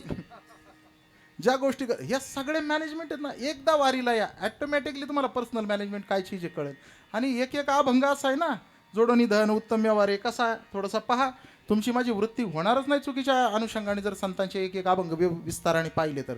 मॅनेजमेंटचे लाखो रुपये देऊन जे कोर्सेस आहेत, ते कोर्सेस एका एका अभंगात आपणाला सापडतील. महाराज, बोलणं कसं बोलावं, ज्ञानोबरायांच्या काही ओव्या जर समोर ठेवल्या ना, आटू वेगू विंदानू ते प्राणीताप ढाळू हे काय ते वाणीचे दोष आहेत 6 6 7 7 प्रकाराने दोष सांगितलेत वाणीचे माऊलींनी. हा फार वेगाने कसं काय करावं आता काय बोललो मी. हे फार वेगाने बोलू नये. माऊलींची भाषा आहे. बोलताना संवाद कौशल्य कम्युनिकेशन स्किल कशा प्रकारे डेव्हलप करावं. आटू मी सांगतो भारतामध्ये कोणी प्रवेश करू शकत नाही. पाकिस्तान घुसलं तर भारतात एवढं बोलता बोलता कमी वेळात आटू वेगू फार गडबडीने बोलू नये. फार मोठ्या ढाल्यापणाने बोलू नये. व्यवस्थित स्वर शुद्धता स्पष्टता इतके सुंदर आहे. कधी कधी गाथा ज्ञानेश्वरी उघडताना त्या दृष्टीने पण पहा तुम्हाला खूप सारी उत्तरं मिळतील. जगातल्या कुठल्याही समस्येचं उत्तर गाथा ज्ञानेश्वरीमध्ये नाही असं तुम्हाला सापडणारच नाही. प्रत्येक प्रश्नाचं उत्तर सापडेल तर ते गाथा ज्ञानेश्वरी भागवतात सापडेलच. म्हणून कधीतरी त्याला उघडून पाहण्याचा प्रयत्न करा. एकादशी व्रत आता लॉक करून टाकतो. काय एकादशीशी अन्नपान जे नर करती भोजन ऐका श्वान विष्टे समान जान अधम जन ते एक. उद्या जर का अन्नपान केलं तर कुत्र्याची विष्ठा खाल्ल्याचं पाप लागेल. मला नाही वाटत आता उद्याशिवाय भगरीशिवाय काही शिजेल. हे त्याच्यासाठीच माझी योजना आहे आजची. त्याच्यासाठीच एकादशी बसलेल्या मंडपातल्या प्रत्येकाने इथून उठताना कीर्तनाचा शेवटचा जय विठ्ठल झाला ना त्यावेळेस इथं एकच नियम करून उठायचं. आजपासून जेवढा काळ माझा शिल्लक आहे तेवढा काळ मी काय करील तर एकादशी जेवढ्या वाट्याला येतील तेवढ्या एकादशी करील. हा नियम घेऊनच उठायचंय. विठोबा रखुमाई हरे विठोबा रखुमाई हरे जय विठोबा रखुमाई हरे विठोबा रखुमाई विठोबा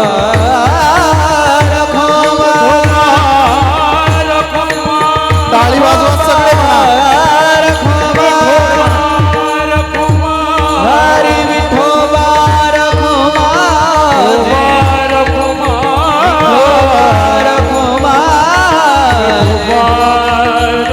हरे विठोबा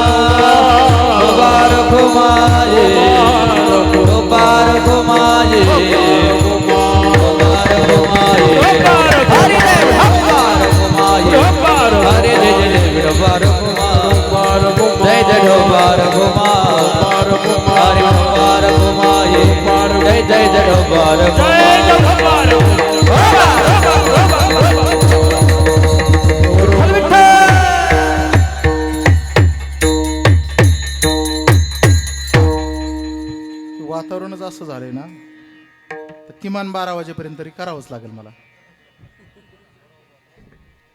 अरे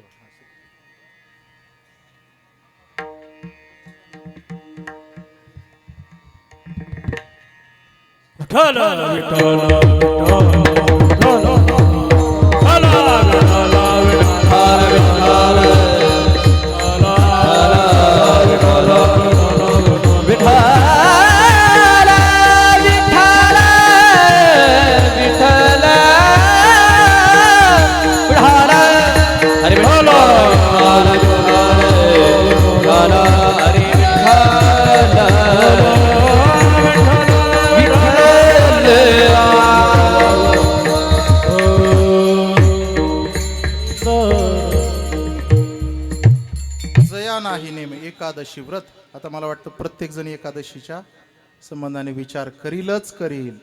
तुमचं तर लय ना सोपं आहे. उद्या थाळाच वाजवायचा, स्वयंपाकच नाही. केळी आणून ठेवा, दूध दाखवा, फळं आणून ठेवा, हे एवढ्या भागवा, संध्याकाळी सप्त्याला भगरच आहे.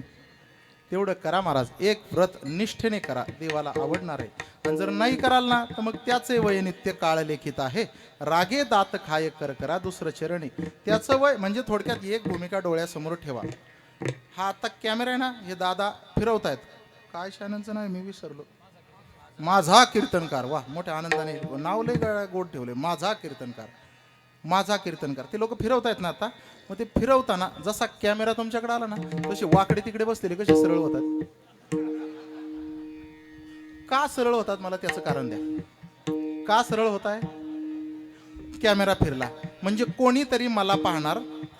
मग कोणीतरी मला पाहणार आहे हा एवढा विचार तुमच्या मनामध्ये जागृत झाला, तो बुद्धीमध्ये आला. आणि त्याच्यातून तुम्ही पदर सावरला, तुम्ही कपडे सावरले, चेहऱ्यावरचा त्या फोडीली गोवरी तैसा दिशे तोंडावरी ते दूर केलं आणि लटकं का होईना हसण्याचा असा प्रयत्न केला का नाही. केला का नाही. केला का नाही. बळच टाळी वाजवली का नाही. कॅमेरा आपल्यावर तवर नव्हते वाजवीत, पण कॅमेरा आल्या वाजवली का नाही. कारण मला कोणीतरी पाहणार आहे. एवढ्या विचाराने तुमच्यात बदल झाला का नाही. बरं, मला आता काय सांगायचं ते नीट ऐका. हे प्रमाण दुसरं इतकं सुंदर आहे. त्याचे वय नित्य काळ लेखित आहे. नित्य म्हणजे कंटिन्युअसली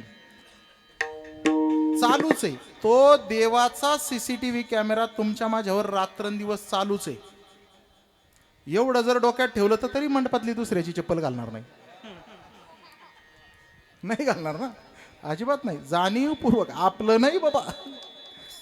समजून घ्या. किती अंधारात करा, नाही तर उजेडात करा, दिवसा करा, रात्री करा, कोणत्याही अवस्थेत करा, देवाचा सीसीटीव्ही तुमच्या माझ्यावर चालू आहे हे समजून घ्या. त्याचे वय नित्य काळ लेखित आहे. वरती आल्या म्हणते पाहिलंय मी, ये वरती तुला फुटेज दाखवतो. नाहीतरी सध्या महाराष्ट्र व्हिडिओनीच हैराण झालाय. इकडं हात करू का इकडं हात करू. सगळीकडे तेच चाललंय, सगळं वातावरण खराड झालंय. नाव अशोक असलं म्हणून काय झालं, सगळे शोकग्रस्तच आहेत. काय कारण आहे. फुटेज बाहेर आले ना. हे व्हिडिओ अहो तुमच्या माझ्या छोट्यातल्या छोट्या कर्माचे, मोठ्यातल्या मोठ्या कर्माचे सगळ्याचे फुटेज वरती आहे. ते म्हणते वरती रागे दात खाय कर करा. वरती ये, तुझ्याकडे पाहतो. मग समजून घ्या. काळाची जाणीव तुकोबराय करून देतात. एकादशी निष्ठेने करा, काळाची जाणीव करून देतात. तुकोबराय म्हणतात दारात जर तुळशीचं वृंदावन नसेल तर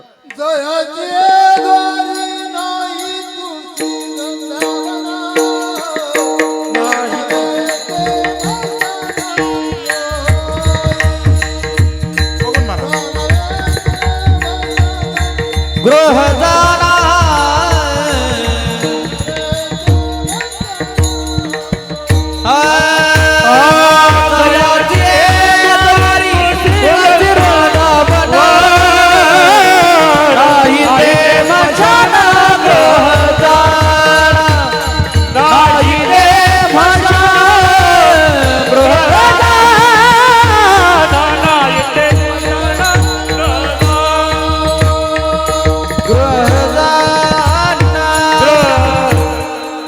ज्याच्या दारात तुळशीचं वृंदावन तेच घर.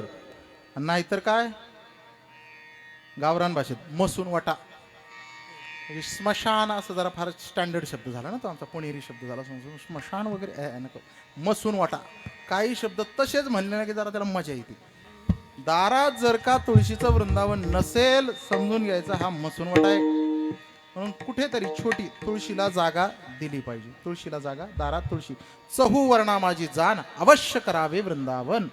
इतर साधनं करत असताना तुम्हाला मला कदाचित शास्त्र दूर करेल, पण वृंदावन आणि तुळशीच्या संबंधाने सगळ्या वर्ण जातीला सांगितलंय तुम्ही दारामध्ये तुळशीचं वृंदावन ठेवा. तुळस पवित्र आहे. देवाला काय आवडतं. अतिप्रिय आवडे तुळशी बुक्का. म्हणून गळ्यात काय घालतो आपण. अहो एका पानाची ताकद आहे. आता खाली पडलं मी उचलून घेतलं. ही सुद्धा तुळशी आहे बरं का. ही सुद्धा तुळशी आहे. ही एक वेगळ्या प्रकारची तुळशी आहे. जवळजवळ 12-15 प्रकारच्या तुळशी आहेत. कधी ज्याला छंद असेल ना झाडांचा त्यांनी तुळशीचं कलेक्शन करण्याचा प्रयत्न करा.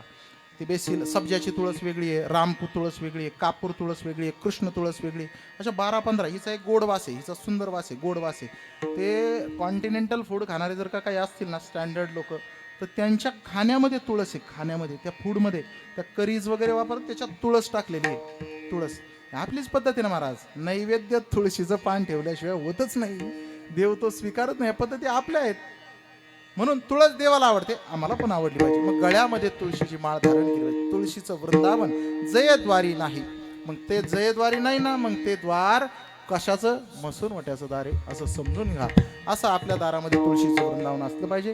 कारण तुळस ही भगवंतापर्यंत आपल्याला पोहोचवणारं मधला दुवा आहे उत्तम प्रकाराने. म्हणून तुळस आपल्या जवळ नेहमी असली पाहिजे. ज्या ज्या वस्तू, जे जे विषय, जे जे व्यंजन सांगितलेत ना तुकोबरायांनी, ते जीवाला देवाकडे फार अल्प काळामध्ये घेऊन जाणार आहेत. अल्प काळामध्ये पायी पण प्रवास आहे आणि बसने पण प्रवास आहे. पायी प्रवासापेक्षा बसचा प्रवास चांगला. बसच्या प्रवासापेक्षा लक्झरी चांगल्या प्रकारच्या एसीच्या गाडीचा प्रवास चांगला. त्याच्यापेक्षा आपल्या कारचा इनोवा तिचा प्रवास चांगला. त्याच्यापेक्षा रेल्वेचा प्रवास अजून चांगला कमी वेळात. त्याच्यापेक्षा विमानाचा प्रवास. मग तुम्ही निवडता कोणतं? ते विमानाचा प्रवास. म्हणजे हे थोडक्यात या अभंगात जे सांगितले ना, कमी काळामध्ये सुख सुविधा, अल्प काळामध्ये देवापर्यंत पोहोचवणारी साधनं. असंच मग ह्या तुळशीवर प्रेम करणारे, एकादशीवर प्रेम करणारे, त्यांना वैष्णव म्हणतात. असा वैष्णव ज्याच्या कुळात नाही, जय कुळी नाही एक हे वैष्णव, जय कुळी नाही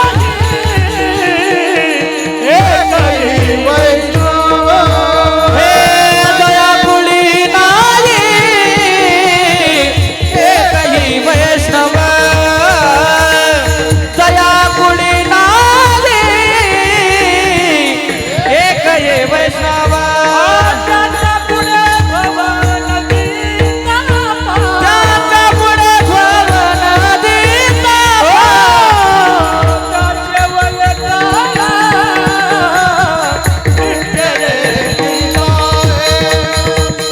लागे दात खाय त्यांचे वय नित्य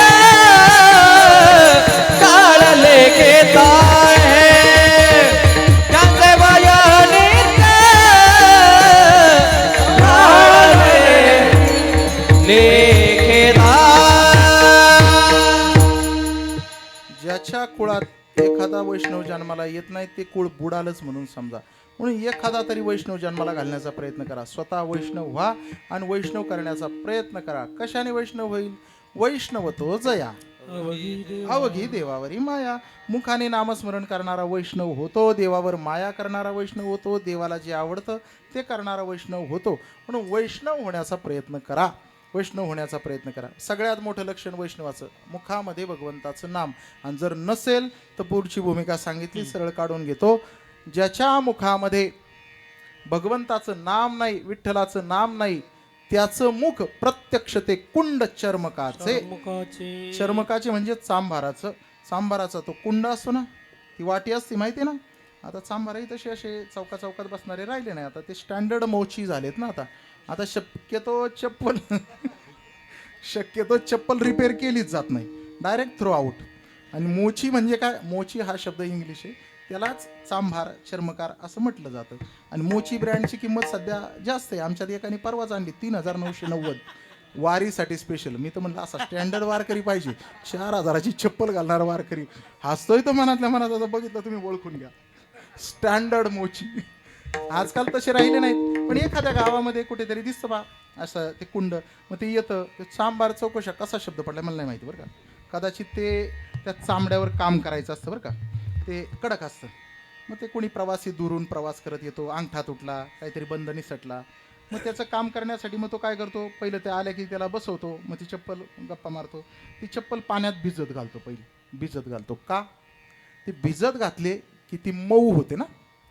आणि मऊ केल्याशिवाय काम करता येत नाही. पीठ कसं लागतं लाटायला? मऊ लागतं ना. मऊ असल्याशिवाय लाट्या चांगल्या येतात का? तुम्ही म्हणाल महाराज घरी हेच करता का? तुमच्या शंका खतरनाक असू शकतात. लाट्या मऊ माणसावर जरी काम करायचं महाराज, माणूस पहिला मऊ करून घ्या. म्हणजे मारून नाही, मनाने त्याचे विचार मऊ करून मवाळ करून घ्या त्याला, आणि मग त्याच्यावर काम करा. मऊ वस्तूवर लवकर काम होतं. ती चप्पल भिजत घालावी लागते. ती भिजत घातली की मग ते भिजेपर्यंत हा माणूस मग त्याच्याकडे चौकशा करतो. कुठे गेलते? काय नाही, संगमनेरला गेलतो. कशाला गेलते तिकडं? सप्ताह चालू आहे, कीर्तन चालू आहे, ते करपे महाराजांनी आयोजित केलं, चांगली लोक असतात, हा मंडप भरलेला राहतो. आणि तिकडं आणि त्यांना काय दुसरं काम नाही का? सप्तेच करत राहतात का? याला म्हणतात मी नाही बोलणार. मग ह्याचं काम काय, त्याचं मन रंजवायचंय, ते काम होईपर्यंत. ती मऊ झाली की मग तो बिचारा मग त्याच्यावर टाके घालतो, तो त्याच्यामध्ये खिळा एखादी चांभारी चूक मारतो, काय त्याला ते काम करायचंय ते करतो.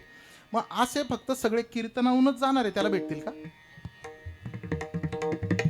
काही संध्याकाळचे लेझिमवाले, काही गाव कोळपणारे, अशी कितीतरी प्रकारची व्हरायटी त्या चांभाराकडे जाते आणि तो प्रत्येकाची चप्पल कुठे घालतो? त्या कुंडात. काय अवस्था होत असेल त्या कुंडाची. मला हे एवढा थोडंसं विभत्स वर्णन आहे, हे रंगवावं का लागलं, हे विभत्स. त्या कुंडाकडे पाहून जर का चुकून तुमची नजर त्या कुंडात पडली आणि एखादी आळी वळवळ करताना दिसली तर कसं वाटेल तुम्हाला? हां, मग आता हे किळसवानं तुमचं रूप आहे ना, हे थोडंसं डोळ्यासमोर आलेलं हे आपल्या तोंडाला लावा. जर आपल्या मुखात विठ्ठलाचं नामस्मरण येत नसेल तर समजून घ्या प्रत्यक्ष ते कुंड चर्मकाचे. मग आता बघूया किती जण म्हणतात विठ्ठला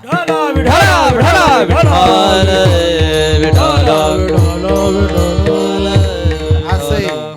तुम्हाला परिणाम सांगितल्याशिवाय तुमची प्रवृत्ती होत नाही, म्हणून परिणाम सांगावं लागतात. कठोरपणाने तुकोबारायांनी सांगितलं.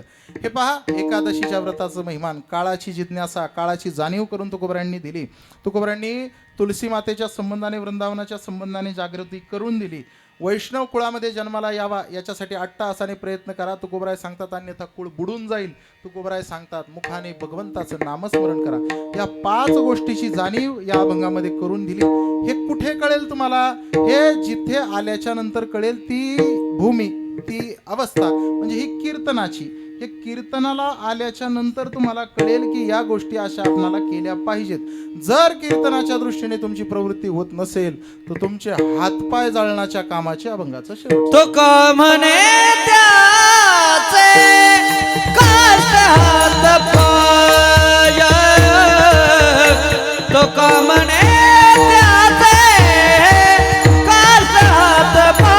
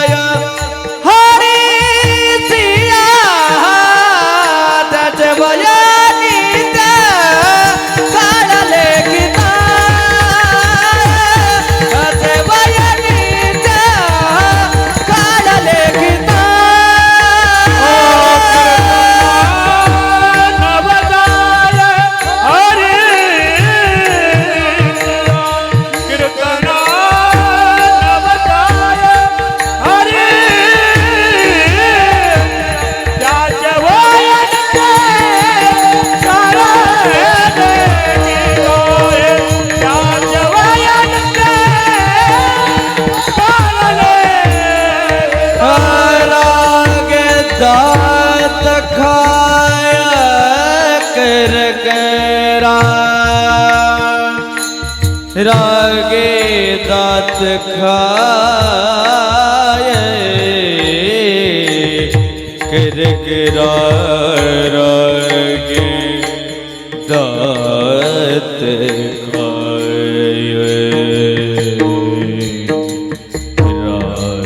रागे दात खाए रागे दात खाय खाय खाय रायना रे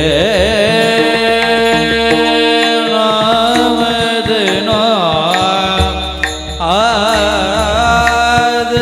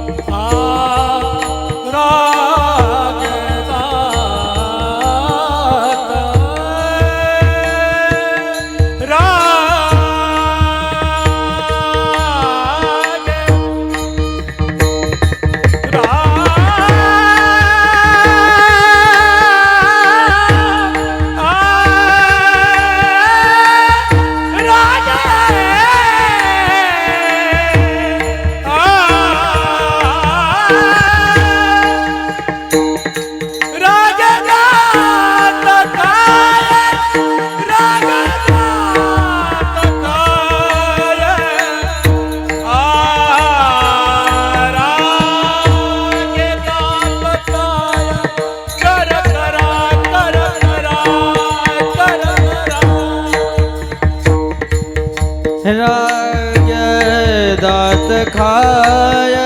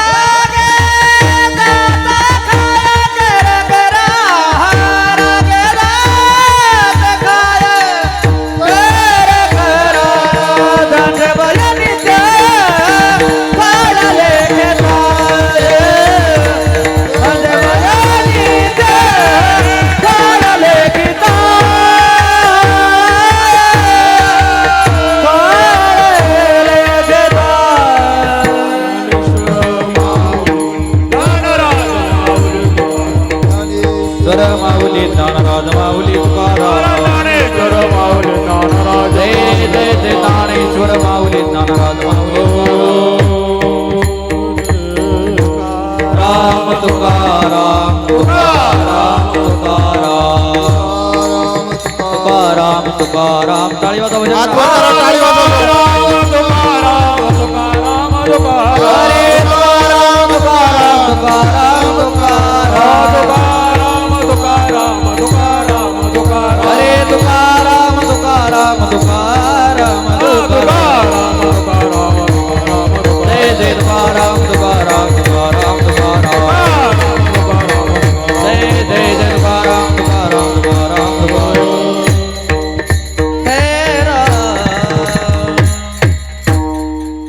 झालेली सेवा समारंभाकडे नेत असताना एखादा शब्द खालीवर झाला असेल मातेच्या अंतकरणाने आपण पदरी घ्याल अशी अपेक्षा ठेवतो. सुंदरसा तुकोबऱ्यांचा अभंग थोडा कठोर शब्दामध्ये, पण तो तुमच्या माझ्या कल्याणाचा आहे. या भूमिकेतून तुकोबऱ्यांच्या मुखातून ती वाणी बाहेर पडलेली आहे आणि ती आपण ती स्वीकारावी आणि तशा प्रकाराने आपलं वर्तन व्हावं म्हणून ही भूमिका मांडली. चालू असलेला हा अखंड हरिनाम सप्ताह फार सुंदररित्या मोठ्या उपस्थितीमध्ये संत चोखामेळा महाराज आणि संत मुक्ताबाई महाराज, ज्येष्ठपणे ज्येष्ठ, श्रेष्ठपणे श्रेष्ठ, सर्वत्र वरिष्ठ आदिशक्ती आणि चोखोबरायांच्या या पवित्र स्मरणाने हा सप्ताह या ठिकाणी संपन्न केला जातोय. गेली 38 वर्ष अव्याहतपणे हा सप्ताह या ठिकाणी चालू आहे आणि आजची ही एक दिवसाची सेवा माझ्या वाट्याला आली. ही जागराच्या अगोदरची सेवा आणि याच्यासाठी कीर्तन सेवेचं दान करणारी मंडळी, आता नामोल्लेख मला इथला परिचय कोणाचा नाही, ते जे दिसतंय तेवढं मी उल्लेख करतो. विलासजी रामभाऊ गुळवे, किरणजी जगन्नाथ गाडेकर यांचं कीर्तन सेवेचं दान आहे. अन्नदाते नाश्ता अन्नदान सकाळी आणि अन्नदान संध्याकाळी.